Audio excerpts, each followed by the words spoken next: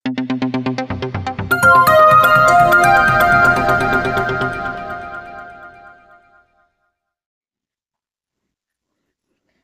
గురుభ్యో నమః. శ్రీమాత్రే నమః. ఈరోజు థర్డ్ ఇయర్ 5th సెమిస్టర్లో ఉన్నటువంటి 3, 6 మరియు 10వ ప్రశ్నలో ఉన్నటువంటి 6 కవుల గురించి, అంటే కవులను అంటే పోయిట్ ఇంట్రడక్షన్గా ఇచ్చారు. దీంట్లో మొత్తం 6 ఉన్నాయి, అంటే 6 కవుల గురించి తెలియపరచబడింది. ఈ 6లో ఒకటి 3వ ప్రశ్నగా, అంటే పార్ట్ ఏలో 3వ ప్రశ్నగా, పార్ట్ ఏలో 6వ ప్రశ్నగా 2 వస్తాయి. మిగతా 4 కూడా 10వ ప్రశ్నలోని పోయిట్ ఇంట్రడక్షన్స్లో 4 ఇస్తారు. ఆ 4ట్లో 2 రాయాలి. అంటే 3వ ప్రశ్నకి 6వ ప్రశ్నకి 5 మార్కులు 10 మార్కులు వస్తాయి. 10వ ప్రశ్నలో ఇచ్చినటువంటి ఈ కవుల యొక్క పరిచయంలో 4లో 2 రాయాలి. ఆ రెండిటికి కూడా 2 × 7.5 అంటే 2 × 7.5 15 మార్క్స్ వస్తాయి. అంటే ఇప్పుడు మొత్తం ఈ పోయిట్స్ 6 మెంబర్స్ ఉన్నారు, అంటే 6. ఈ 6 కూడా మనకు క్వశ్చన్ పేపర్లో వస్తాయి. ఈ 6 గురించి కవి పరిచయాలు మనకు క్వశ్చన్ పేపర్లో అడగబడతాయి. ఒకటి 3లో, ఒకటి 6లో 5 మార్కులకి, 10వ క్వశ్చన్లో 2 రాయాల 4ట్లో, అవి 15 మార్కులకి. కాబట్టి ఈ 6 ఇంపార్టెంట్ కింద లెక్కగా భావించి అందరూ జాగ్రత్తగా చదువుకోండి. ఇప్పుడు మొట్టమొదటి కవి పాణిని. ఈ పాణిని ఎవరంటే మొట్టమొదట అసలు భారతదేశ చరిత్రలో మొట్టమొదటిసారిగా వ్యాకరణాన్ని కనిపెట్టినటువంటి వ్యక్తి, అంటే వ్యాకరణవేత్త. వ్యాకరణం అంటే గ్రామర్, అంటే ఫర్మోస్ట్ గ్రామరియన్, మొట్టమొదటి గ్రామర్ని కనిపెట్టినటువంటి ఆయనమాట. పాణిని జన్మించిన కాలము కరెక్ట్గా ఎవరు ఏది చెప్పలేకపోయారు. ఆయన ఎప్పుడు జన్మించాడనేది ఏమీ ఎక్కడా దొరకలేదన్నమాట. అయితే ఆయన అష్టాధ్యాయి అనేటువంటి ఒక గ్రంథాన్ని రాశాడు. ఆ గ్రంథం 450-480 మధ్యకాలంలో రాసినట్టుగా తెలిసింది. కాబట్టి ఆ పాణిని ఆ కాలమునకు చెందినవాడుగా మనం అనుకోవాల్సి వస్తుంది. చరిత్రకారులు కూడా అదే తెలియజేశారు. ఈ పాణిని మగధ రాజ్యంలో ఉన్నటువంటి పాటలీపుత్రంలో నివసించాడు. ఇప్పుడు ఆ పాటలీపుత్రాన్ని పాట్నా అని పిలుస్తున్నారనమాట. ఈ పాణినికి ఇంకా కొన్ని పేర్లతో పిలువబడ్డాడు. ఈ పాణిని ఏమేమిటంటే ఇతర పేర్లు ఏమున్నాయి? ఆహిక, సీలోని, దాక్షిపుత్ర. అసలు అందరికీ తెలిసినటువంటి గ్రంథకర్తగా పాణిని, తర్వాత ఆహిక, సీలోని, దాక్షిపుత్ర పేర్లతోటి పిలువబడ్డాడు. ఈ అష్టాధ్యాయి గ్రంథానికి పేరు ఎట్లా పెట్టుకున్నారంటే, అష్ట అంటే 8, అధ్యాయం అంటే చాప్టర్. ఈ అష్టాధ్యాయి అంటే 8 అధ్యాయాలు ఉన్నాయి, అంటే 8 చాప్టర్స్ ఉన్నాయన్నమాట. ఈ మళ్ళీ ఒక్కొక్క చాప్టర్ని 4 భాగాలుగా విభజించారు. అంటే ఈ అష్టాధ్యాయి గ్రంథం మొత్తం కూడా వ్యాకరణానికి సంబంధించింది. మనకు మామూలుగా వ్యాకరణంలో ఉన్నటువంటి, ఇప్పుడు ఇంగ్లీష్లో చెప్పాలంటే నౌను, ప్రణౌను, టెన్సెస్, ఇవన్నీ కూడా మనకి ఏది తీసుకున్నా సరే ఫస్ట్ ఆయన కనిపెట్టబడింది. ఇప్పుడు తెలుగులో చెప్పుకోవాలంటే మన నామవాచకము, సర్వనామము, క్రియ, విశేషణము, సంధులు, వ్యతిరేక పదాలు, అలంకారాలు, ఛందస్సు, ధాతువులు, శబ్దాలు, ఇవన్నీ కూడా ఆయన కనిపెట్టినటువంటివి. ఇవన్నీ కూడా ఈ అష్టాధ్యాయి పుస్తకంలో ఉన్నాయన్నమాట. ఈ అష్టాధ్యాయిలో 8 అధ్యాయాలు, ఒక్కొక్క అధ్యాయం 4 భాగాలుగా విభజించబడింది. కాబట్టి మొత్తం 32 భాగాలుగా ఉన్నదన్నమాట. ఇది ఏదో గ్రంథంగా రాశారనేది కాదు, సూత్రాల ప్రకారము కూడా బాగా నిర్దిష్టంగా రాయబడింది అన్నమాట. సర్వకాలీన అంటే అప్పటి నుంచి ఇప్పటి వరకు కూడా ఆ గ్రంథానికి ఎదురులేదు. ఈ అధ్యాయంలోని 4 భాగాల్లో కూడా ఒక్కొక్క భాగంలో ఒక్కొక్క విశేషానికి ప్రాధాన్యత ఇస్తూ ఈ వ్యాకరణ సంబంధించిన సూత్రాలన్నీ కూడా రాసి వాటిని వివరణ ఇచ్చాడు. ఈ గ్రంథంలో మొత్తం 3995 సూత్రాలు అంటే ఫార్ములాస్ ఉన్నాయి. అన్ని సూత్రాలు రాశాడనమాట ఈ నిర్మాణకర్త. ఏ నిర్మాణకర్త? పాణిని అయినటువంటి అష్టాధ్యాయి నిర్మాణకర్త. ఈయన రాసినటువంటి ఈ ఈ అష్టాధ్యాయి పుస్తకాన్ని ఎవరైనా సరే పండితులు కావాలనుకున్న వారు కానీ, పిహెచ్డి లాంటిది చేసేటువంటి వాళ్ళు కానీ, ఎవరైనా సరే ఏదైనా వాళ్ళకు ఒక అనుమానం గనక వస్తే దాని నివృత్తి ఈ అష్టాధ్యాయి పుస్తకాన్ని చదువుకుంటే చాలు. అంతటి గొప్పదనమాట అది. అప్పటి నుంచి ఇప్పటి వరకు కూడా, ఆ కాలం నుంచి ఈ కాలం వరకు కూడా చాలా ప్రామాణికమైనది. ఏదో కాకుండా సూత్రబద్ధంగా, నిర్మాణ చాతుర్యంగా, వ్యాకరణబద్ధంగా చెప్పబడిందనమాట. అయితే అప్పటి కాలంలో, అంటే ఈయన అష్టాధ్యాయి రాసినప్పటి కాలంలో ఆ ప్రదేశంలో, అంటే ఆ పాట్నా, ఆయన రచించినటువంటి పాటలీపుత్రంలో వ్యవహారిక భాష అంటే స్పోకెన్ లాంగ్వేజ్ సంస్కృతం. అంటే అక్కడ అందరూ కూడా, ఇప్పుడు మామూలుగా మన తెలుగు ప్రాంతాల్లో అందరూ తెలుగులా మాట్లాడతారు. అప్పుడు ఆ ప్రాంతంలో కుల, మత, వర్గ, జాతి భేదము, పనివాళ్ళు, అధిపతులు అనేది లేకుండా అందరూ కూడా సంస్కృతాన్ని వాడుక భాషగా మాట్లాడేవాళ్ళు అన్నమాట. అందుకనే అప్పుడు అందరూ వాడుక భాషగా ఉన్నటువంటి సమయంలోనే ఈయన గ్రంథాన్ని రచన చేయడం జరిగింది. అందుకని మొట్టమొదటి వ్యాకరణకర్తగా పాణినికి గొప్ప పేరు ఉన్నదన్నమాట.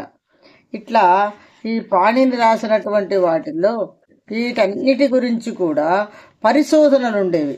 చాలామంది పరిశోధనలు చేశారు, ఇవన్నీ కరెక్టా కాదా అని.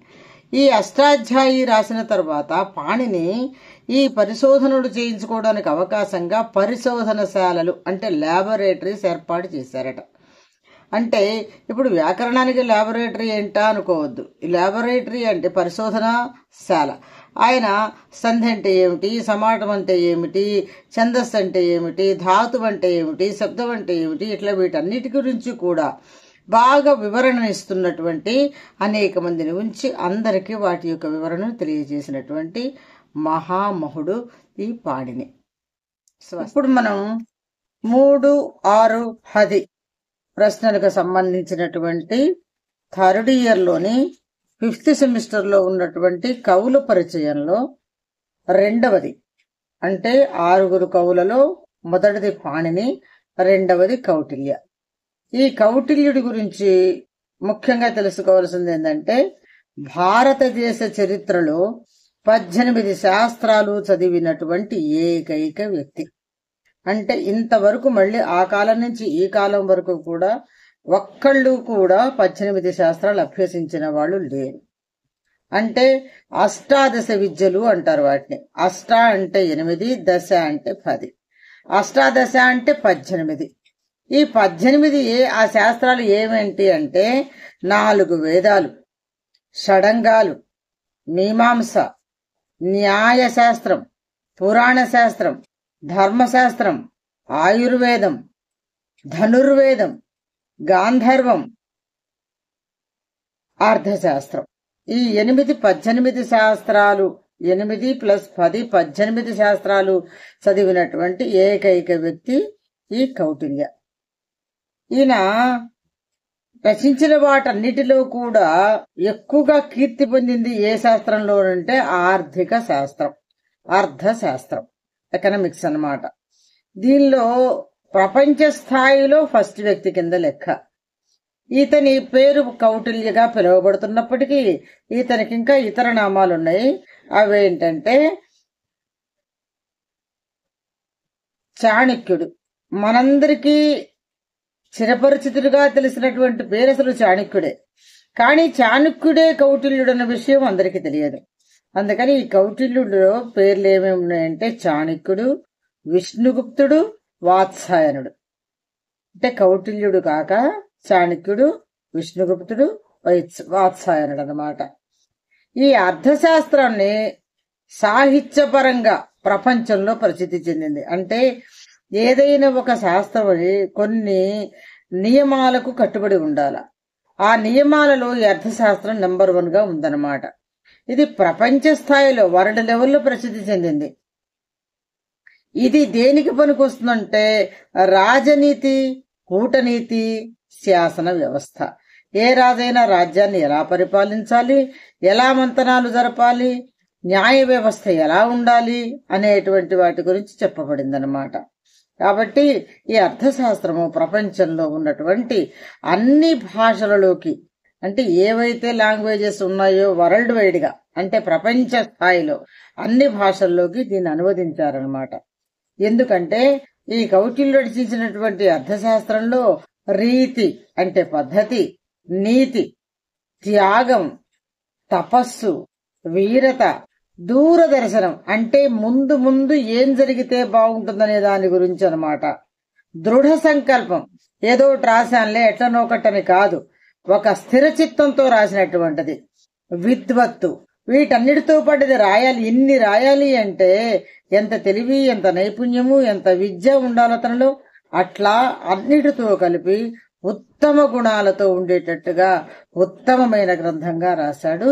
అది అర్థశాస్త్రం. ఈ 18 శాస్త్రాల్లో కూడా ప్రాధాన్యత సంచరించుకుంది అర్థశాస్త్రం.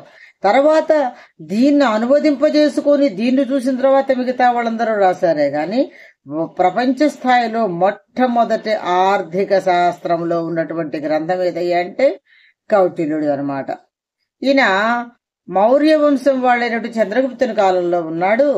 అతని సమకాలీకుడుగా ఉన్నాడు, అతనికి సలహాదారుగా ఉన్నాడు, సహాయకుడుగా ఉన్నాడు.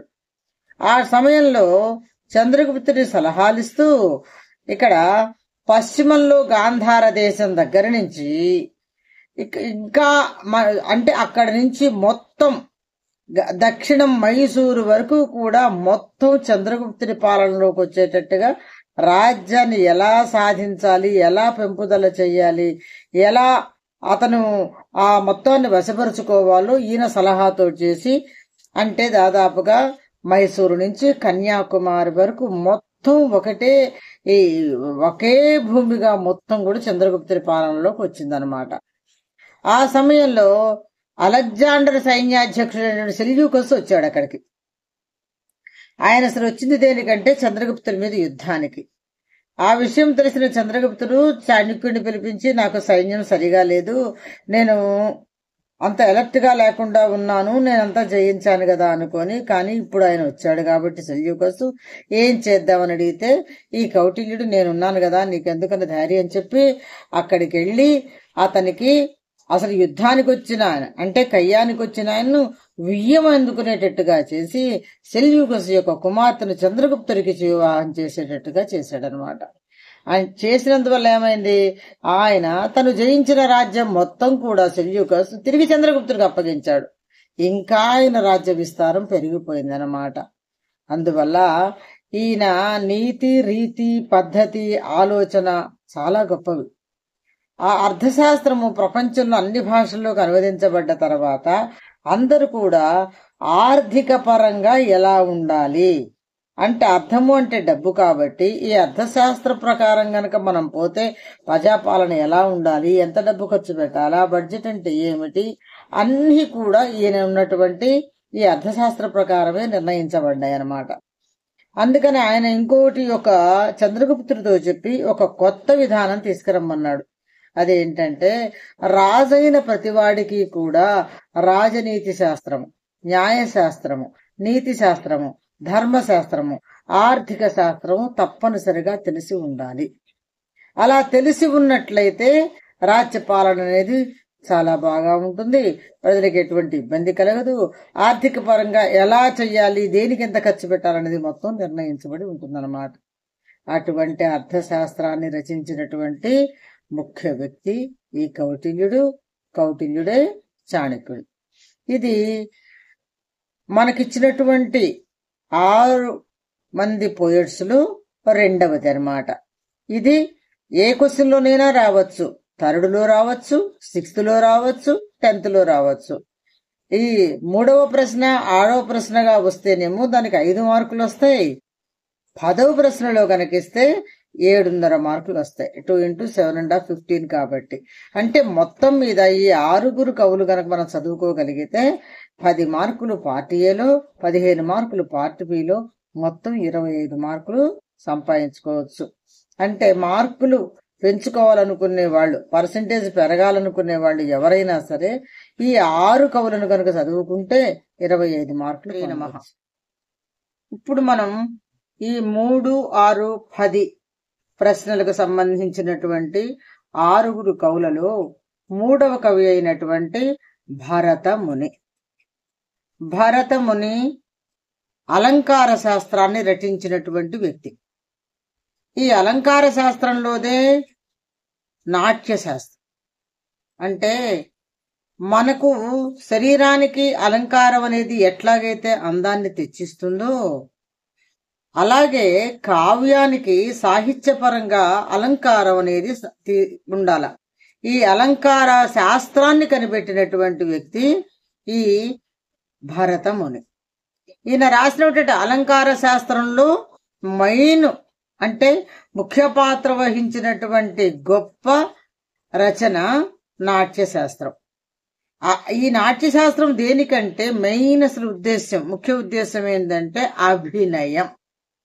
అభినయం అంటే ఏదైనా ఒక స్టేజీ మీద ఒక ప్రదర్శన జరుగుతున్నప్పుడు దానికి ముఖ్యంగా ఏమేమి ఉండాలి, ఏమేమి ఉంటే అది రక్తి కడుతుంది, అంటే బాగా ప్రసిద్ధి చెందుతుంది అనే దాని గురించి చూసినప్పుడు, ఇప్పుడు మనం ఏం చేస్తామంటే ఏదైనా ఒక ప్రోగ్రాం చూసినప్పుడు ఆ నాట్యం చేసిన వాళ్ళదొక్కటే ఎక్కువ గమనిస్తాం, బ్రహ్మాండంగా ఉంది అనుకుంటాం. కానీ ఆ నాట్యానికి ఎన్నెన్ని అవసరమవుతున్నాయి. ఇప్పుడు ఆ నాట్యం చెయ్యాలి అంటే ఆ నాట్యం చేసేటువంటి కళాకారునికి ఒక మంచి డ్రెస్ ఉండాలా, ఒక అలంకరణ ఉండాలా, దానికి తగిన ఒక పాట ఉండాలా, పాటకు తగినటువంటి మ్యూజిక్ ఉండాలా, దానికి తగ్గ స్టేజీ ఉండాలా, లైటింగ్ ఉండాలా, ఆ పాట రాసిన వాడు ఒక వ్యక్తి ఉండాలా, ఆ పాటకు సంగీతం చేకూర్చిన వాళ్ళు ఉండాలా, ఆ పాటను పాడేవాళ్ళు ఉండాలా, దాన్ని ప్రదర్శించినప్పుడు చూసేవాళ్ళు ఉండాలా. అంటే ఇన్ని కలిస్తే గాని ఒక ప్రోగ్రాం సక్సెస్ కాదనమాట. మరి ఈ అలంకార శాస్త్రంలో నాట్య శాస్త్రాన్ని తీసుకున్నటువంటి ఈ భరతముని ఈ నాట్యశాస్త్రం అభినయానికి ప్రాధాన్యత ఇస్తుంది అని చెప్పాడు. ఎందుకంటే నాట్యమే మనకు కంటికి కనపడుతున్నట్టుగా ఉంటుంది, కానీ దాని వెనక ఎన్నో లక్షణాలు. అందుకని ఈయన రాసినటువంటి అలంకార శాస్త్రంలోని నాట్య శాస్త్రానికి ముఖ్యంగా అసలు 36 సూత్రాలు ఉండాలని చెప్పాడు.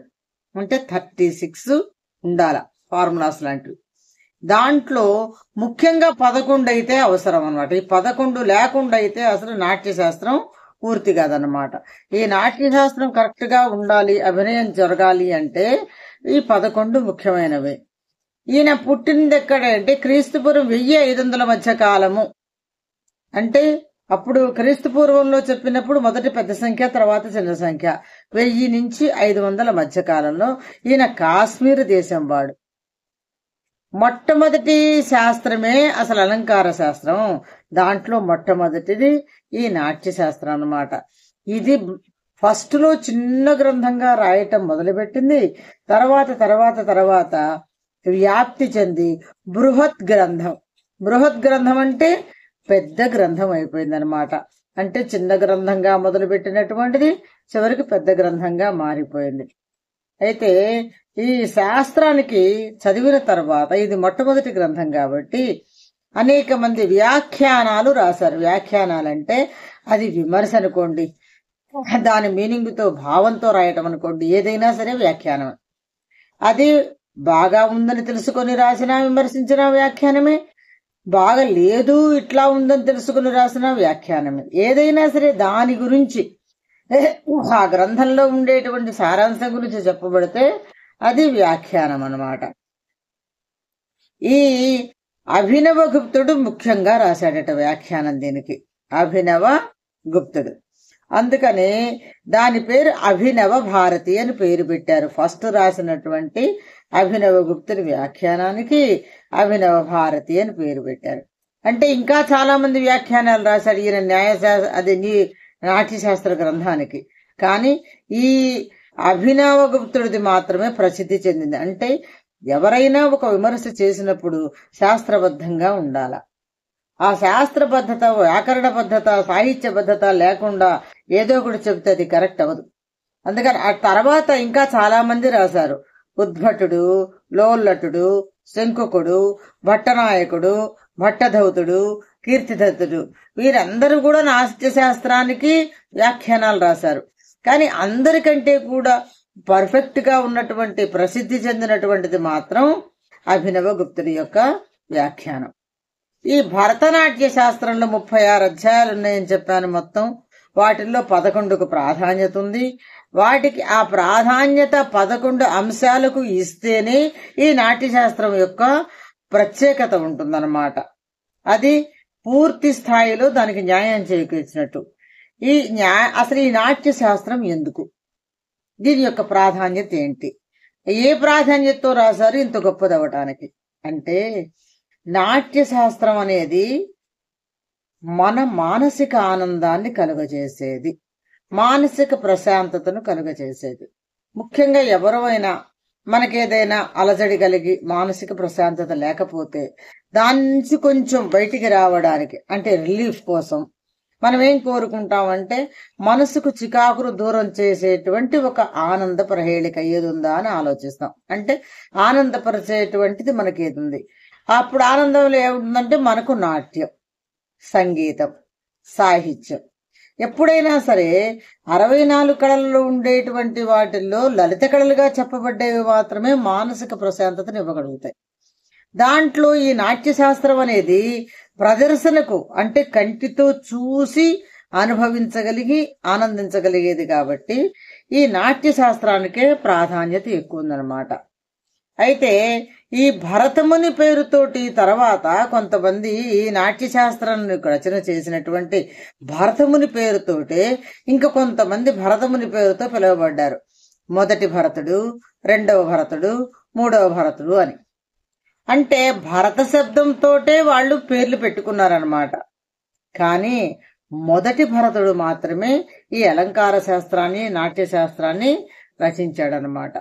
మిగతా వాళ్ళందరూ భరత శబ్దము అంటే ఆ వంశానికి తెంచిన వాళ్ళు అయ్యుండవచ్చు. కానీ ఇక్కడ ఈ భరతుడు రచించిన మొట్టమొదటి శాస్త్రంగా మొదటి భరతుడికి మాత్రమే ఈ ప్రాధాన్యత. ఈ నాట్యశాస్త్రం వల్ల మనకేంటంటే రసాస్వాదన. ఇప్పుడు నాట్యం చూస్తున్నప్పుడు మనల్ని మనం మైమరిచిపోతాము. ప్రస్తుతం మన మనస్సు దాని మీద కేంద్రీకృతం అవుతుంది. అంతకుముందు ఉన్న బాధలను మర్చిపోతాము, ఆనందంగా గడపగలుగుతాము. అటువంటి ఆనందాన్ని చేకూర్చి మానసిక ప్రశాంతత అంటే చిత్తానికి ఆనందములు కలిగించేది సచ్చితానందం అంటారే. సత్ చిత్తు, చిత్తం అంటే మనసు, మనసుకు ఆనందాన్ని కలుగజేసేది నాట్యశాస్త్రం. కాబట్టి ఈ నాట్యశాస్త్రం అనేది మనకు ప్రాధాన్యత ఎందుకు సంచరించుకుంటే మానసిక ప్రశాంతత, మానసిక విశ్రాంతి, ఆనందము, రసాస్వాదన. అసలు మామూలుగానైతే ఈయన పేరు మీద ఈ శాస్త్రానికి పేరు రావడానికి కొంతమంది రాసినటువంటి వ్యాఖ్యానాల్లో రాశారు కదా. ఈ భరత శబ్దానికి ఒక ప్రాధాన్యత ఉండి, భా అంటే భావ, రా అంటే రాగ, తా అంటే తాళ, భావ రాగ తాళ సమ్మేళనమే ఈ భరతనాట్యం. అది నాట్యశాస్త్రానికి సంబంధించింది కాబట్టి ఈ భరతుడి పేరు సార్థకం చెందింది అని కొందరు వాళ్ళ రాసినటువంటి వ్యాఖ్యానాల్లో రాయటం జరిగింది.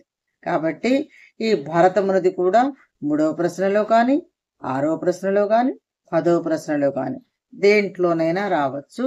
3వ ప్రశ్న 6వ ప్రశ్నలో వస్తేనేమో 5 మార్కులు వస్తాయి, 10వ ప్రశ్నలో వస్తే 7.5 మార్కులు వస్తాయి. కాబట్టి ఇది గమనించి అందరూ జాగ్రత్తగా చదువుకోవాల్సిందిగా కోరుతున్నాను. కవుల పరిచయాలలో 4వదైనటువంటి అంటే 4గా ఉన్నటువంటి భారవి. భారవి అనేది కవి పేరన్నమాట.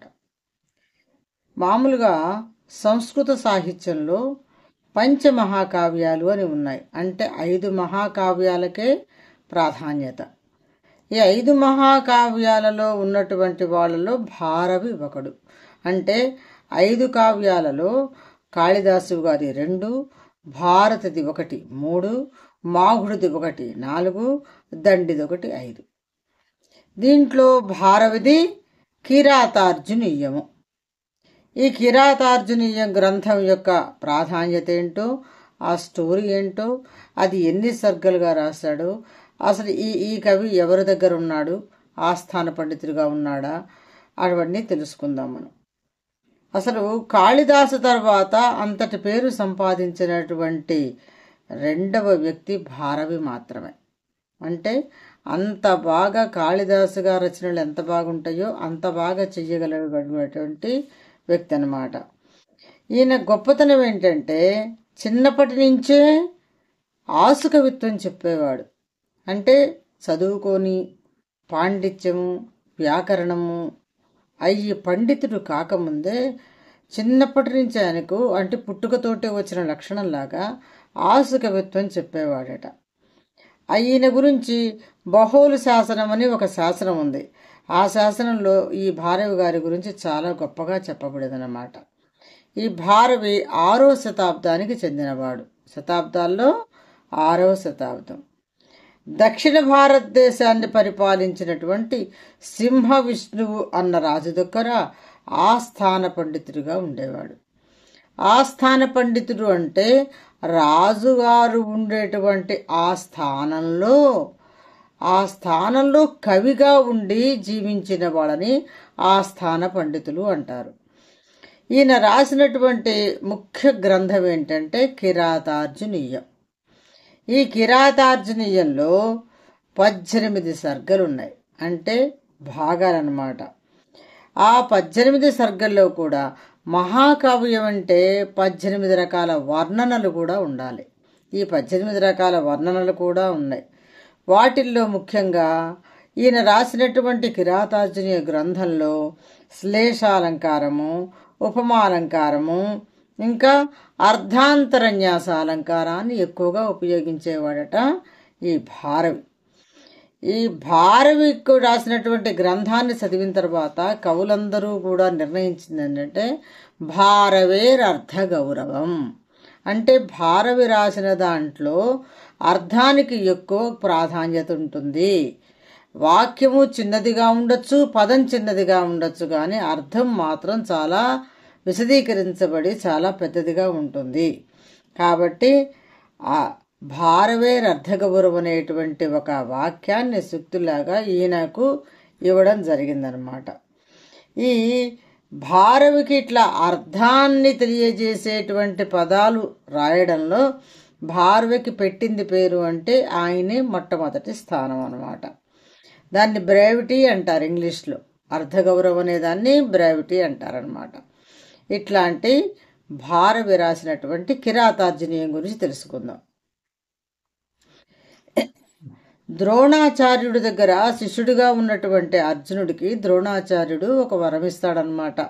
నీ అంతటి విలుకాడు ఎవరు లేరు, ఉండబోడు. అందువల్ల ఏమవుతుందంటే అర్జునుడికి నేనే గొప్పవాడిని అనేటువంటిది ఉంది. నిజంగా గొప్పవాడు కూడా. కాకపోతే గొప్పవాళ్ళు ఎవరైనా కూడా నేనే గొప్ప అనేది మాత్రం ఉండకూడదు. నేను గొప్ప అని ఉండొచ్చు. నేను అంటే అందరిలో ఒకండి. నేనే గొప్ప అంటే అందరికంటే ఎక్కువ. కొంచెం నేనే గొప్ప అనేటువంటి లక్షణం ఉన్నట్టుగా అనిపించింది అనమాట. అది తెలుసుకున్నాడు పరమశివుడు. ఆయన ఏమనుకున్నాడంటే భారతదేశంలో ఉన్నటువంటి ద్రోణాచార్యుడి యొక్క శిష్యుల్లో అర్జునుడు చాలా గొప్పవాడు కదా, ఎప్పుడైనా అంత గొప్పవాడుగా ఉన్నవాడికి ఆ గర్వం అనేది పాడు చేస్తుంది. ఆ గర్వాన్ని తొలగించి నేను అర్జునుడికి మంచి పేరు వచ్చేటట్టుగా ఒక అస్త్రాన్ని బహూకరించాలి అనుకున్నాడు పరమశివుడు. అనుకొని వీళ్ళు అరణ్యవాసంలో ఉండగా ఎక్కడైతే అర్జునుడు కూర్చొని ఉన్నాడో ఆ వనానికి పరమశివుడు వచ్చాడు. వచ్చేటప్పుడు ఎలా వచ్చాడు? ఒక వేటగాడి రూపంలో వచ్చాడు. వచ్చి ఆ అర్జునుడు కూర్చున్న ప్లేస్ దగ్గరకు వచ్చే సమయానికి ఒక వరాహము అంటే పందిని సృష్టించి దాన్ని పరిగెత్తించేటట్టుగా ముందుకు పంపిస్తూ వెనక తను వేటాడుతున్నట్టుగా బయలుదేరాడనమాట. ఆ శబ్దానికి అక్కడ ఉన్నటువంటి అర్జునుడు తల తిప్పి చూశాడు. ఓహో, ఎవరో వరాహాన్ని తరుముతున్నారు, వేటాడుతున్నట్టున్నారు. ఆయనేనా వేటాడేది? నాకు చేత కదా బాణాలు వేయటం, అందుకని నేను కూడా బాణం వేయాలనుకున్నాడు. అనుకొని అసలు ఇదంతా శివుడు చేసిందే ఆయన్ని కదిలించడానికే. అర్జునుడు బాణం వేశాడు, శివుడు కూడా బాణం వేశాడు. ఆ వరాహానికి అది రెండు వైపులా, అంటే ఇట్లా ఉందనుకోండి వరాహము, ఇటుపక్కకు బాణం తగిలింది, ఇటుపక్కకు బాణం తగిలింది. ఆ రెండు బాణాలు తగిలినటువంటి వరాహము కింద పడింది, చనిపోయింది. ఆ పడ్డప్పుడు ఏం జరిగిందంటే శివుడేసిన బాణందేమో పడిపోయిన దానికి శరీర భాగం కిందికి పోయింది, అర్జునుడు వేసిన బాణమేమో శరీర భాగం పై భాగానికి వచ్చింది. సరే, అర్జునుడు పరిగెత్తుకుంటూ ఆ వరాహం పడ్డ చోటుకు వచ్చాడు. ఇప్పుడు ఇదంతా కావాలని చేస్తున్నటువంటి పరమశివుడు వేటగాడు రూపంలో ఉన్నాడు కదా, ఆయన కూడా వచ్చాడు. ఇద్దరు కూడా నేను కొట్టానంటే నేను కొట్టాను, నా బాణం వల్ల చనిపోయిందంటే నా బాణం వల్ల చనిపోయింది, ఈ బాణాలేటంలో నేను గొప్ప అంటే నేను గొప్ప అని కొంచెం ఇద్దరికి పరమశివుడికి అర్జునుడికి వాద వివాదం జరిగింది. దానికి పరమశివుడు అన్నాడు, నేను ఇట్లా ఒప్పుకోను, అది నేనేసిన బాణం ఇటుపక్క ఉంది, కావాలంటే చూడు, ఇప్పుడు ఏది బాణం తగిలి చనిపోయింది అనేది ఎట్లా నిర్ణయిస్తాము, అందుకని నువ్వు గొప్ప నిరూపించుకోవాలి అంటే మనిద్దరం యుద్ధం చేద్దాం, దానిలో ఎవరు గెలిస్తే వాడు గొప్ప, వరాహం ఉంటే ఉంది పక్కన, మనకు అనవసరం అన్నాడు. సరే, అర్జునుడు ఒప్పుకున్నాడు. శివుడు అర్జునుడు హోరాహోరీగా బాణాలు వేసుకుంటూ యుద్ధం చేస్తున్నారు. కానీ అర్జునుడు ఎంత చేస్తున్నా శివుడిని ఓడించలేకపోతున్నాడు. ఇప్పుడు అర్జునుడు ఓడిపోయాడనేది కాదు విషయం, శివుడిని ఓడించలేకపోతున్నాడు. కొంతకాలం గడిచేసరికి అర్జునుడు అనుకున్నాడు, ఇది ఏదో ప్రత్యేకత ఉంది, మాయా రూపంలో ఏ దైవమో వచ్చింది, లేకపోతే మా గురువు గారి మాట ఎందుకు పోతుంది, నేనే గొప్పన ఆయన చెప్పాడు కదా, వరవిచ్చాడు కదా, కాబట్టి ఇది మామూలు శక్తి కాదు, ఏదో దైవశక్తి అనుకొని బాణం కింద పడేసి, స్వామి నేను ఓడిపోయినట్లే, కానీ నాకు చిన్న అనుమానంగా ఉంది, మీరెవరో తెలియజేస్తారా, ఎందుకంటే మా గురువు గారి మాట పోదు కాబట్టి. అంటే అప్పుడు ఈ వేటగాడు శివుడి రూపంలో ప్రత్యక్షమై, నాయన మీ గురువు గారు చెప్పింది నిజమే, నువ్వు గొప్ప విలుకాడువే, ధనుర్విద్యలో నీ అంతటి వాడు లేడు, కానీ నేనే గొప్ప అనేటువంటి లక్షణం నీకు వస్తున్నది, అది రాకూడదు, అందుకని నీకు అది పోగొట్టడం కోసం నేను ఒక ప్రయత్నం చేశాను, ఈ రోజు నుంచి నిన్ను మించిన విలుకాడు ఎవరూ లేరులే, కానీ నేను కూడా నీకు మెచ్చి నీ యుద్ధ నైపుణ్యం నచ్చి నేను నీకు పాశుపతాస్త్రం ఇస్తున్నాను, దీన్ని తీసుకో, దీన్ని అవసరమైనటువంటి చోటనే ప్రయోగం చెయ్యాలా, అంటే చిన్న అల్పుడి మీద దీని ప్రయోగం ఉండకూడదు, తగినంత శక్తి ఉన్నవాడి మీదనే దీన్ని ప్రయోగించాలా, దీనిని పాశుపతాస్త్రము అంటారు, ఎందుకంటే పశుపతి అంటే శివుడు నేను కదా, నేను నీకు బహుకరించిన అస్త్రం కాబట్టి దీన్ని పాశుపతాస్త్రం అంటారు అని చెప్పి అతనికి అస్త్రం ఇస్తాడు. ఎవరితో ఉన్న వాళ్ళు వెళ్ళిపోతారు. అయితే ఈ భారవి శైవుడు అంటే శివుడి యొక్క గొప్పతనాన్ని పొగిడి శివుడే ఆరాధ్య దైవంగా భావించేటువంటి వాడు ఈ కిరాతార్జునీయం రాసినటువంటి భారవి. అందువలన ఆయన చేశాడంటే, ఆయన రాసినటువంటి ఈ కిరాతార్జునీయం గ్రంథంలో ఈ శివుడి యొక్క గొప్పతనాన్ని, శివుడి గెలుపుని, మానవ మాతృకుని శివుడు గొప్పవాడుగా వర్ణించి ఆ శివతత్వాన్ని ఎక్కువ తెలియజేశాడు శైవుడు కాబట్టి. ఇలా కిరాతార్జునీయం అనేటువంటి గ్రంథం చివరికి పండితులందరి చేతుల్లో పడి మెచ్చుకోబడి పంచమహాకావ్యాల్లో ఒకటిగా పేరుకెక్కిందనమాట. ఇది భారవి యొక్క కవి పరిచయం. ఈ కవి పరిచయం కూడా చెప్పాను కదా, 3వ ప్రశ్న, 6వ ప్రశ్న, 10వ ప్రశ్నలో ఎక్కడైనా రావచ్చు. 6గురు కవులలో 5వ కవి 1 పాణిని, 2 కౌటిల్య, 3 భరతముని, 4 భారవి, 5వ కవి మాఘుడు. ఇప్పుడు మనం చెప్పుకునేది మాఘుడు గురించి అన్నమాట. ఈ మాఘుడు అన్నాయన ఈ పంచమహాకావ్యాలు రాసినటువంటి వాళ్ళల్లో, అంటే కాళిదాసు గారివి 2, భారవిది 1, ఈ మాఘుడిది 1, దండిది 1. వీటిల్లో ఈ మాఘుడు రాసినటువంటిది శిశుపాల వధ, అంటే కృష్ణుడి చేతిలో శిశుపాలుడు మరణిస్తాడు. ఆ శిశుపాలుడి వధ గురించి ఈ మాఘుడు కావ్యాన్ని రాశాడన్నమాట. అప్పుడు అసలు ఈయన ఎక్కడివాడు? 625 ప్రాంతానికి చెందినటువంటి వాడు ఈ శిశుపాలుడు. 625 ప్రాంతం వాడు. వర్మలాతుడు అనేటువంటి రాజు యొక్క ఆస్థానంలో సుప్రభదేవుడు అన్నాయన ఒక మంత్రిగా ఉన్నాడు. ఎవరు? సుప్రభదేవుడు. ఈ సుప్రభదేవుడి కుమారుడు పేరు దత్తకుడు.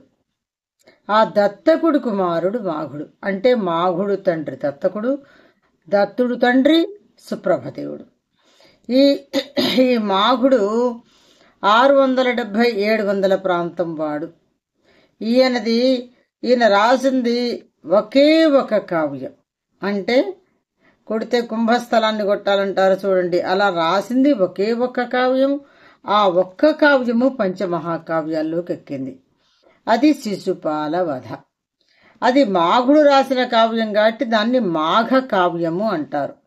ఆయన పేరు మీద కూడా కావ్యానికి పేరు వచ్చిందనమాట. ఈ మాఘ కావ్యంగా పిలువబడుతున్న శిశుపాల వధకి మూల కథ భాగవతం. అసలు ఇక్కడ ఈ భాగవతాన్ని ఎందుకు ఎంచుకోవాల్సి వచ్చిందంటే, ఈయన గొప్ప కవి కావాలనే ఉద్దేశంతో కాళిదాసు గారి రచనలు, భారవి రచనలు అన్నీ చదివి బాగా ఆకళింపు చేసుకుని తన యొక్క గొప్పతాన్ని, తన పాండిత్యాన్ని కూడా కలిపి మొత్తం మీద బాగా రాయాలని నిర్ణయించుకున్నాడు. అయితే భారవి శైవుడు, అంటే శివుడి గురించి రాశాడు. శివుడు గొప్పవాడుగా, కిరాతార్జునీయంలో శివుడు గెలిచినట్టుగా అంత శివతత్వాన్ని భగవంతుడి రూపంలో గొప్పగా రాశాడు. కాబట్టి ఈయనేమనుకున్నాడంటే మాఘుడు, నేను వైష్ణవుణ్ణి కదా, విష్ణువును గొప్పగా చెయ్యాలి అనుకున్నాడు. అనుకొని భాగవతంలో ఒక భాగంలోంచి కథను తీసుకున్నాడు. అదే శిశుపాల వధ. దాని పేరే మాఘ కావ్యం. ఈ కథలో అసలు ప్రాధాన్యత ఏంటంటే, ధర్మరాజు వాళ్ళు అజ్ఞాతవాసం ఇవన్నీ అయిపోయిన తర్వాత రాజసూయ యాగం చేస్తారు. రాజసూయ యాగం. ఆ రాజసూయ యాగానికి ఈ ధర్మరాజు ఏం చేస్తాడంటే, ప్రతిసారి కష్టాలప్పుడు అన్నిటికీ మాకు తోడుగా నిలిచి ఉన్నటువంటి వాడు, మానవుడే కానీ దైవ స్వరూపుడు కాబట్టి అటువంటి కృష్ణుణ్ణి ఈ రాజసూయ యాగానికి అతిథిగా పిలవాలనుకొని పిలిచాడు. కృష్ణుడు అతిథిగా వచ్చాడు. ఈ శిశుపాలుడు కృష్ణుడి వాళ్ళ యొక్క మేనత్త కుమారుడు. అంటే కృష్ణుడికి బావమరుదవుతాడు. అంటే ధర్మరాజుకు వాళ్ళు కూడా కావలసిన వాళ్లే, ఒక రాజు కాబట్టి అతని కూడా ఆ యాగానికి పిలిచారు. అయితే ఎప్పుడైనా అతిథిగా వచ్చిన వాళ్లకు కొంచెం ఉన్నత స్థానం, ఉత్తమ పీఠం ఇస్తారు కదా, అలాగే ఆ అతిథిగా పిలువబడిన శ్రీకృష్ణుడికి కొంచెం ఎత్తైన ఉన్నత స్థానం ఇచ్చారు ఈ ధర్మరాజు వాళ్ళు. మామూలుగా ఆ యాగానికి వచ్చాడు శిశుపాలుడు. వచ్చి చూసరికి శిశుపాలుడు అందరితో పాటు మామూలు స్థానం ఉంది. ఈ యాదవరాజుగా ఉన్నటువంటి ఎవరు కృష్ణుడికి మాత్రం ఉన్నత స్థానం ఉంది. అసలు చిన్నప్పటి నుంచి కూడా ఈ శిశుపాలుడి మరణం అనేది కృష్ణుడి చేతిలోనే ఉన్నది. అది రాసి పెట్టి ఉన్నటువంటి విషయం.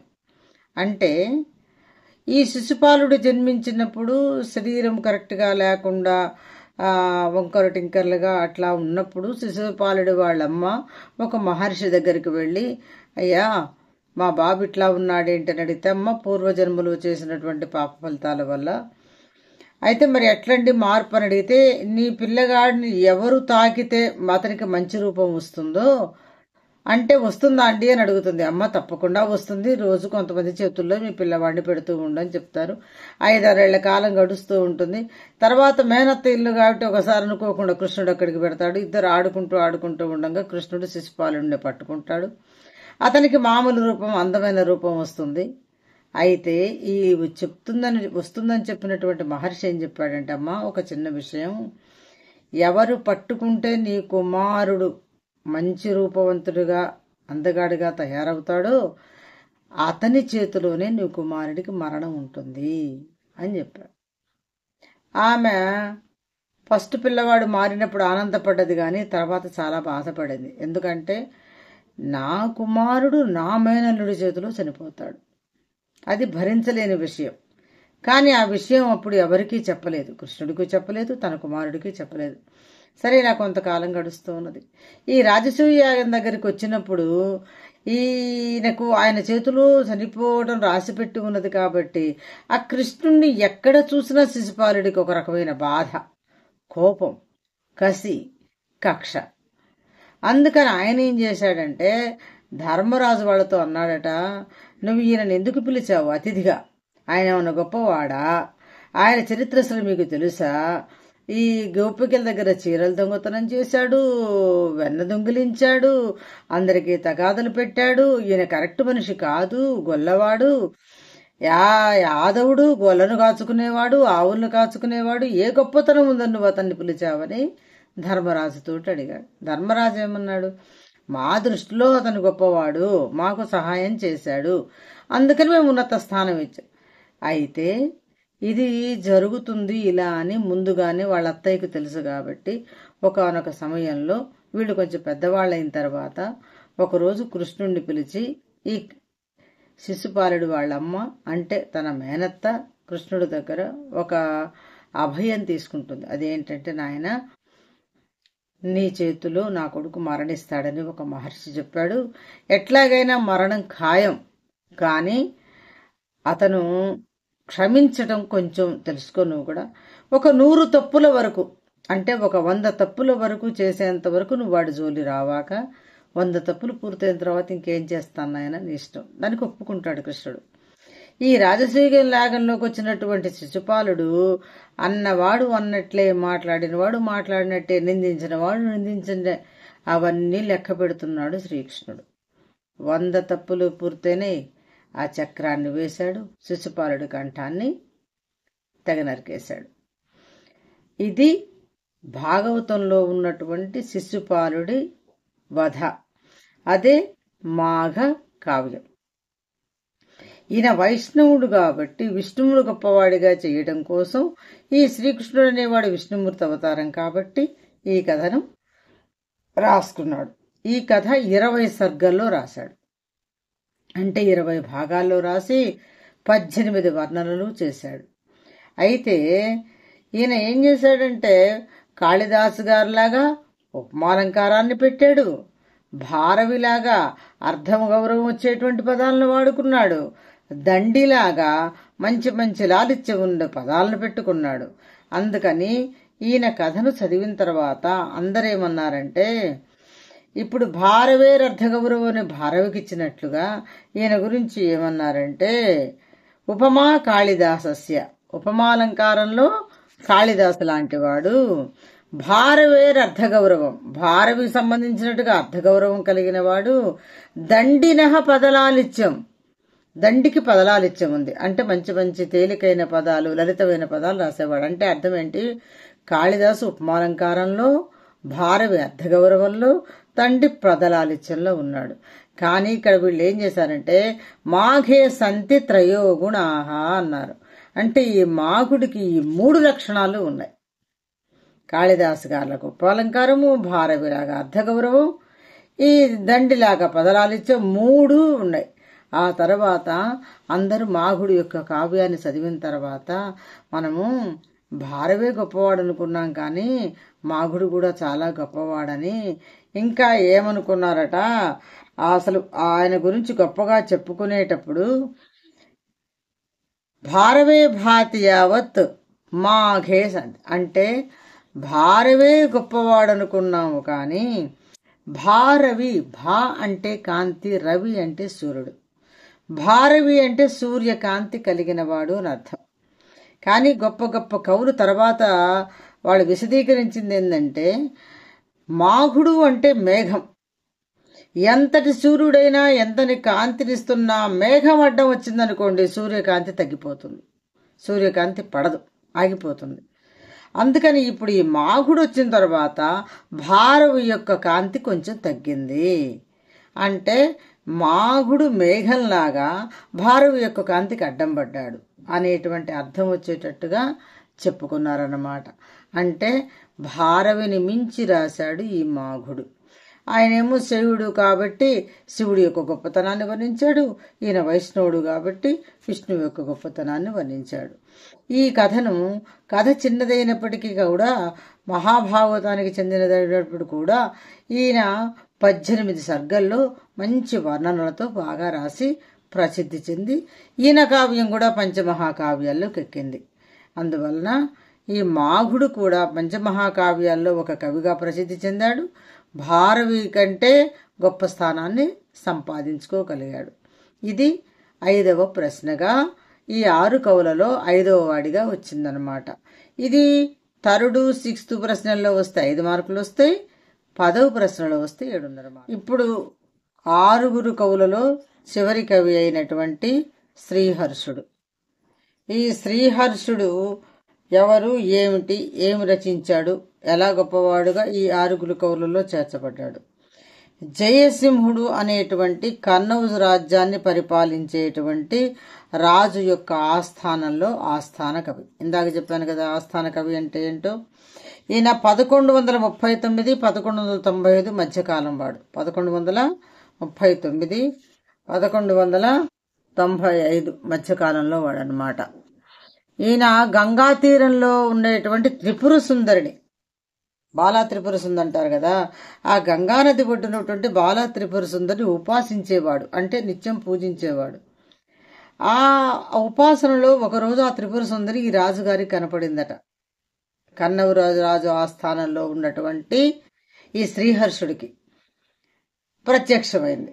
ఆ శ్రీహర్షుడికి ప్రత్యక్షంగా ఆయన అడిగాట, అమ్మా నాకు గొప్ప కవి కావాలనుంది, నాకైతే అంత పాండిత్యం లేదు, అంత విద్వత్తు లేదు, ఎట్లనైనా నా కోరిక తీర్చమని అడిగితే అమ్మ సరే నువ్వు మంచి పని కోరుకున్నావు, నీ స్వార్థం కోసం నువ్వేం కోరుకోలేదు కదా, మంచి కవి అయినందువల్ల ప్రజలకందరికీ నువ్వు మంచి మంచి కావ్యాలు అందించగలుగుతావు కాబట్టి నీకు మంచి కవిగా పేరు వచ్చేటట్టుగా నీకు నేను వరమిస్తున్నాను అన్నాడు.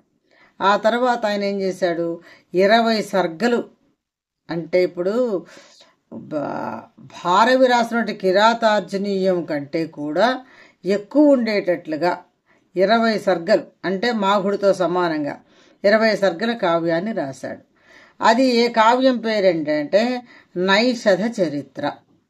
నైషధ రాజ్యాన్ని పరిపాలించేటువంటి రాజు యొక్క చరిత్ర. ఆ రాజు పేరు ఏంటంటే నలుడు. ఈ నలుడు అన్న ఆయన యొక్క భార్య పేరు దమయంతి. ఈ నలదమయంతుల యొక్క కథను తీసుకున్నాడు, అది కూడా భారతంలోదే. ఆ కథను తీసుకొని 20 సర్గలతో ఉండేటట్టుగా రాశాడు. ఎవరు, శ్రీహర్షుడు అనమాట. ఇతడు గొప్ప పండితుడు కూడా. దీనికి ఈ శ్రీహర్షుడు రాసినటువంటి దానికి విద్వదౌషధం అంటారు. విద్వదౌషధం అంటే ఈయన రాసినటువంటిది కవులందరికీ చదివేటప్పుడు అదొక మెడిసిన్ లాంటిదనమాట. అంటే మామూలుగా అయితే మెడిసిన్ అనేది ఎప్పుడు రుచిగా ఉంటుందా? మనకు మెడిసిన్ పనిచేయాలి అన్నప్పుడు ఔషధం ఎప్పుడు చేదుగా ఘాటుగా ఉంటుంది, కానీ దాని తర్వాత పనిచేసే విధానం మాత్రం చాలా మంచిగా ఉంటుంది. అలా ఔషధంలాగా ఉంటుంది అటువంటి కవిత్వము ఈ శ్రీహర్షుడిది. అయితే ఈ శ్రీహర్షుడు ఏం చేశాడంటే అందరిప్పటిదాకా రాసినటువంటి కవిత్వాలలాగా కాకుండా తనకు కొత్త శైలి ప్రారంభించాలనుకున్నాడు. అనుకొని ఏం చేశాడంటే ఒక శృంగార కావ్యం రాయాలనుకున్నాడంటే. ఇంతకుముందు మాఘుడు, భారవి, కాళిదాసు వీళ్ళందరూ కూడా చరిత్ర సంబంధించినటువంటి భారత భాగవత వాటిల్లో కథలు తీసుకొని రాశారు. ఈయన కూడా భారతంలోదే తీసుకున్నాడు, కానీ ఇట్లా భక్తిపరంగా కాకుండా శృంగారపరంగా రాయాలనుకున్నాడు. అనుకొని నలదమయంతుల చరిత్రను తీసుకున్నాడు. దాన్ని నైషధ చరిత్ర అని పెట్టుకున్నాడు. నిషధరాజు పరిపాలించినటువంటి నలుడు చరిత్ర కాబట్టి నైషధ చరిత్ర అని పెట్టుకున్నాడు. అయితే ఆ తర్వాత ఆయన శృంగారాన్ని వర్ణించినటువంటి కావ్యాన్ని అందరూ చదివిన తర్వాత ఈ శృంగారం అనేది ఇంతవరకు ఎవరూ ప్రవేశపెట్టినటువంటి ఫస్ట్ కావ్యం కాబట్టి ఆ నైషధ చరిత్రని శృంగార నైషధం అనే పేరుతోటి పిలువబడింది. ఆ తర్వాత అదే నైషధ చరిత్ర కాస్త శృంగార నైషధంగానే స్థిరపడిపోయిందనమాట. ఈ చరిత్రలో శ్రీహర్షుడు తీసుకున్నటువంటి ఈ నలదమయంతుల కథను కొంచెం చూసుకుందాం మనం, ఏముంటుందనేది. ఈ నిషధరాజ్యాన్ని పరిపాలించేటువంటి నలుడు అంటే షట్చక్రవర్తుల్లో ఒకటిగా పేరు పొందినటువంటి నలుడు యొక్క చరిత్రను, జీవితాన్ని తీసుకున్నాడు. అయితే ఇది దీంట్లో ఎలా వర్ణించారంటే భీముడు అని ఇంకొక రాజ్యానికి ఒక రాజు ఉంటాడు. ఆ రాజు కూతురి పేరు దమయంతి. మరి వీళ్ళిద్దరికి అసలు ఎలా కుదిరింది, ఎలా ప్రేమ సంభవించింది, ఎలా కలిశారు అది ఎంత శృంగార వర్ణన, విరహ వర్ణన బాగా వర్ణించాడు శ్రీహర్షుడు. అంటే వాళ్ళిద్దరికి ఎలా కలిసిందో చెప్తున్నాను. ఒకరోజు ఈ నలుడు విహారానికి వెళ్తాట ఒక నది దగ్గరికి. ఆ విహారానికి వెళ్తూ అటు ఇటు తిరుగుతూ ఉండగా అక్కడికి ఒక హంస, అంటే దేవలోకపు హంస వస్తుంది, రాజహంస అంటారు. ఆ హంస అక్కడికి రాగానే బాగా తెల్లగా చక్కగా ఉందని గబగబా నలుడు పోయి దాన్ని పట్టుకున్నాడు. ఆ హంస ఏమిటంటే మానవ భాషలో మాట్లాడింది. ఆశ్చర్యపోయాడు నలుడు. హంస ఏంటి మానవ భాషలో మాట్లాడటం ఏంటి? అప్పుడు అది చెప్పింది, నేను దేవలోకంలో ఉండేటువంటి ఆకాశగంగలో విహరించేటువంటి దానను, అందుకని నాకు ఆ భాషలన్నీ వచ్చు అని చెప్పి, నా చక్రవర్తి నువ్వు గొప్పవాడివి, మహారాజువి, నన్నెందుకయ్యా పట్టుకున్నావు? దయచేసి నన్ను వదిలేస్తే నీకు నేను ఏదైనా సహాయం చేస్తాను. నువ్వు నాకేం సహాయం చేస్తావంటే, ఎవరు చిన్న పెద్ద అనుకోకూడదు, ఎవరైనా ఒక్కొక్కసారి ఒక్కొక్కళ్ళ సహాయం అవసరం వస్తుంది. నువ్వు వయసులో ఉన్నావు కదా, ఏదన్నా నీకు పనికొచ్చే పని నేను చేస్తాను అని చెప్తే, సర్లే సహాయం చేస్తానో కాకపోయినా నువ్వు పక్షివి, నేను మహారాజుని ఆయన వదిలేశాడు. అది నదిలో ప్రవహించుకుంటూ పోతూ ఉండగా ఇంకొక రాజ్యం దగ్గర ఇదే నదీపాయలో దమయంతి ఉంటుంది. అక్కడ ఆవిడ కూడా ఈవెనలాగానే విహారానికి వచ్చి ఆ దమయంతిని అక్కడ తిరుగుతూ ఉండగా ఈ హంస కనపడంగానే దమయంతి కూడా ఈ హంసను పట్టుకుంటుంది. అప్పుడు ఈ హంస కూడా దమయంతితో మాట్లాడుతుందన్నమాట. అమ్మా ఏంటమ్మా ఈరోజు నేను వచ్చిన వేళ విశేషం, అక్కడ చూస్తే నిషధరాజ్యం దగ్గరికి వెళ్తేనేమో ఆ నలుడు పట్టుకున్నాడు, ఆయన దగ్గర నుంచి విడిపించుకొని వచ్చేసరికి నాకు సరిపోయింది. అసలు ఆయన ఎట్లుంటాడనుకుంటున్నావు, ఎంత అందగాడు, ఎంత గొప్పవాడు, ఎంత తెలివిగలవాడు, మహారాజు, ఇవన్నీ చెప్తూ ఆయన్ని పొగుడుతూ, అమ్మ నువ్వు కూడా నన్ను పట్టుకున్నావంటూ నన్ను వదలమంటే, ఆయన ఎవరు, ఆయన విషయాలు మొత్తం చెబితే వదులుతానంటుంది. అప్పుడు అప్పుడు హంస అనకూడదు కదా, నేను కూడా ఆయనకి హెల్ప్ చేస్తానన్నాను కదా, ఇప్పుడు ఈమె కూడా చాలా చక్కగా ఉంది, ఒక రాజుగారి కూతురు కాబట్టి వీళ్ళిద్దరికి మధ్యనే రాయబారం నడిపితే వాళ్ళిద్దరూ ప్రేయసీ ప్రియులు గనక అయితే నేను వాళ్ళిద్దరు రుణం తీర్చుకున్నదాన్ని అవుతాను అనుకొని అమ్మ అని ఆ దమయంతి దగ్గర ఈయన యొక్క వర్ణన చేస్తుందన్నమాట. తర్వాత ఆవిడేమంటుందంటే, నన్ను వదిలిపెట్టాలంటే నా గురించి కూడా నువ్వు ఆయనకు చెప్పాలా, మా ఇద్దరి మధ్య రాయబారం నడపాలా. అప్పుడు సర్లేని వదిలిపెట్టామని ఈ హంస మళ్ళీ అక్కడికి వెళ్ళి ఈ దమయంతి గురించి ఆయనకు, ఆయన గురించి ఈమెకు ఇద్దరికి మధ్య రాయబారం జరుపుతుంది. కానీ ఇద్దరు చెప్పిన లక్షణాలను బట్టి ఒకళ్ళనొకళ్ళు ఇష్టపడతారే కానీ నలుడు ఎలా ఉంటాడో దమయంతికి తెలియదు, దమయంతి ఎలా ఉంటుందో నలుడికి తెలియదు. అయితే ఒకనొకసారి ఏం జరుగుతుందంటే, ఈ నలుడేమో మామూలుగా వేటకని వెళ్తాడు, దమయంతి అక్కడ దేనికోసమో అడవికి వస్తుంది. ఆ సమయంలో దమయంతిని ఆ దొంగలు వచ్చి పట్టుకోబోతారు, ఒక రాజభటులు లాంటి వాళ్ళు ఎవరో పట్టుకుపోతారు. ఆ సమయంలో ఆమెతో ఎలా తప్పించుకోవాలో అర్థం కాక, ఒక రాజుగారి పేరు కనుక చెప్తే వీళ్ళు భయపడిపోతారు కదా అనుకొని, ఓ నలమహారాజా వీళ్ళు చూడు ఎలా నన్ను పట్టుకోబోతున్నారు, ఎక్కడున్నావో నన్ను రక్షించు అని గట్టిగా అరుస్తుంది. నిజంగా అదే సమయానికి అనుకోకుండా నలుడు అక్కడ ఉంటాడు. ఆయనేమనుకుంటాడు, నా పేరుతో సహా పిలుస్తున్నారు ఎవరో అనుకోని అక్కడికి వచ్చి ఆమెను రక్షిస్తాడు. రక్షించిన తర్వాత ఆయన అడుగుతాడు, నన్ను నలమహారాజా అని పిలిచావు, అసలు నేనెవరో నీకెలా తెలుసు అని అడిగితే, నాకేం తెలియదండి, నాకు తెలిసిన పేరు అది కాబట్టి ఆ పేరు చెప్పాను, సమయానికి మీరు వచ్చి రక్షించారు, మీరేనా నలుడు అని అడుగుతుంది. అవునని చెప్తే, అట్లయితే నేను దమయంతినండి, హంస మీ గురించి నాకు చెప్పింది. అప్పుడు ఈయన అంటాడు, నీ గురించి కూడా నాకు చెప్పింది, అయితే మనం ఒకళ్ళొకళ్ళని చూసుకోకపోయినా ఒకళ్ళంటే ఒకళ్ళు ఇష్టపడుతున్నాం కాబట్టి మన ఇద్దరము భార్యాభర్తలం అవుదాం అనుకుంటారు. అయితే వీళ్ళిద్దరు అలా మాట్లాడుతుండగా ఒక భటుడు చూసిపోయి ఆ భీముడికి, అంటే దమయంతి తండ్రికి చెప్తాడు, ఏమండి మీ అమ్మాయి ఇట్లా వేరే పరపురుషుడితో మాట్లాడుతూ ఉన్నదని చెప్తాడు. ఆయన తెలుసుకొని ఏం చేస్తాడంటే, ఈ అమ్మాయికి ఏం చెప్పకుండా ఒక స్వయంవరం ఏర్పాటు చేస్తాడు. స్వయంవరం అంటే స్వయముగా వరుని ఎన్నుకోవడం. అంటే ఏ అమ్మాయి అయితే వధువుగా ఉంటుందో ఆ అమ్మాయి స్వయంగా తనకిష్టం వచ్చిన వాళ్ళని ఎన్నుకోవచ్చు. అంటే ఆ స్వయంవరానికి అంతమంది అన్ని చుట్టుపక్కల రాజ్యాల రాజులందరినీ స్వయంవరానికి పిలుస్తారు. ఈమె ఎవరిని వరిస్తే వాళ్ళ మెళ్ళు దండ వేస్తే వాళ్ళు భర్త అవుతారు. అయితే ఈమె ప్రేమలో పడదన్న విషయం తెలుసుకున్నటువంటి ఆ భీముడు నలుడిని పిలవడు, మిగతా వాళ్ళందరినీ పిలుస్తాడు. కానీ ఈయన ప్రేమించి ఉన్నాడు కాబట్టి స్వయంవరం జరుగుతున్న విషయం నలుడికి తెలుస్తుంది. నలుడు కూడా పిలవకపోయినా సరే వెళ్తాడు, అక్కడికి వచ్చి కూర్చుంటాడు. ఈ విషయాన్ని దేవలోకంలో ఉన్నటువంటి యముడు, ఇంద్రుడు, అగ్ని, వరుణుడు ఈ నలుగురు తెలుసుకుంటారు. తెలుసుకొని వీళ్ళ ప్రేమ ఎంత గొప్పదో మనం తెలుసుకోవాలనుకొని ఆ నలుగురు కూడా నలుడు వేషాలు వేసుకొని వచ్చి స్వయంవరంలో ఈ అసలు నలుడు పక్కన కూర్చుంటారు. అంటే మొత్తం 5 నలులు అవుతారనమాట. ఆవిడ అందరినీ పరిచయం చేసుకుంటూ తిరుగుతూ ఒక చెలిగతితో పాటుగా వస్తూ ఉంటే 5 కూర్చొని ఉంటారు. అప్పుడు ఈ నలుడు అనుకుంటాడబ్బా, ఎంత కష్టం వచ్చి పడింది నాకు, ఎవరో నన్ను పరీక్ష చేస్తున్నారు అని చెప్పి సరస్వతీదేవిని ప్రార్థించి, అమ్మ తిరస్కరణి విద్యను ప్రసాదించు నాకు అని అడుగుతాడు. తిరస్కరణి విద్య అంటే ఇప్పుడు ఎవరైనా మనం ప్రేమించిన వాళ్ళు మన దగ్గరికి వచ్చినప్పుడు ఒక హృదయ స్పందన కలుగుతుంటుంది. అది తన వాళ్ళు అనుకున్న వాళ్ళ దగ్గరే జరుగుతుంది, తనకు సంబంధం లేదనుకున్న వాళ్ళ దగ్గర జరగదు. తిరస్కరణి విద్య అంటే ఇప్పుడు ఈయనేమనుకున్నాడంటే, నా దగ్గరికి దమయంతి వచ్చిన సమయంలో ఆవిడికి కొన్ని ఫీలింగ్స్ కలగాల, మిగతా వాళ్ళ దగ్గర తిరస్కరించబడాల, ఆమెకు అనిపించకూడదు దండెయ్యాలని అని ఆ తిరస్కరణి విద్యను తెలుసుకొని ఆమె వరప్రభావం వల్ల ఆ విద్యను పొంది అది దానివల్ల ఆమె మిగతా నలులకు వేయకుండా దండ వచ్చి అసలు నలుడైన నలు చక్రవర్తికే దండ వేస్తుందన్నమాట. అలా చివరికి నలదమయంతుల వివాహం జరుగుతుంది.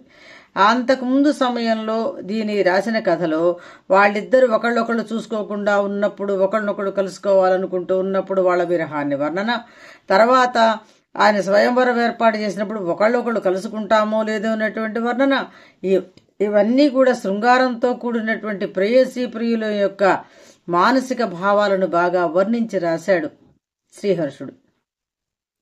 అలా ప్రఖ్యాతి పొందిందనమాట శ్రీహర్షుడి యొక్క నైషధ చరిత్ర. అదే శృంగార నైషధం అనే పేరుతోటి పిలువబడుతున్నదనమాట. అట్లా ఈ కథను ఈయన రాశాడు. అయితే ఈ కథను ఇక్కడ వాళ్ళ వివాహం వరకే తీసుకొని కథను రాశాడు. ఎందుకంటే శృంగార వర్ణన అనేది కలిసి ఉన్నప్పటి వరకే కానీ వాళ్ళు విడిపోయినప్పుడు పనికిరాదు కాబట్టి అలా వర్ణించాడు అనమాట. కాబట్టి ఈయన శ్లేషాలంకారాన్ని బాగా వాడుకున్నాడు. ఈయన కవిత్వం నారికేళ పాకం లాంటిది. నారికేళము అంటే కొబ్బరికాయ, పాకం అంటే కొబ్బరికాయలో ఉన్న నీళ్లు. కొబ్బరి నీళ్లు ఎంత తేలిగ్గా అయితే తాగటానికి మనకి ఈజీగా గొంతులోకి పోతాయో, ఈయన కావ్యంలో ఉన్నటువంటి విషయం కూడా అంత బాగా అందరికీ అర్థమవుతుందన్నమాట. ఇది శ్రీహర్షుడు. ఇది 6వ ప్రశ్న. 6 ప్రశ్నల్లో 6వ ప్రశ్న 3లో కానీ 6లో కానీ 10లో కానీ వస్తుంది. ఓకే, స్వస్తి.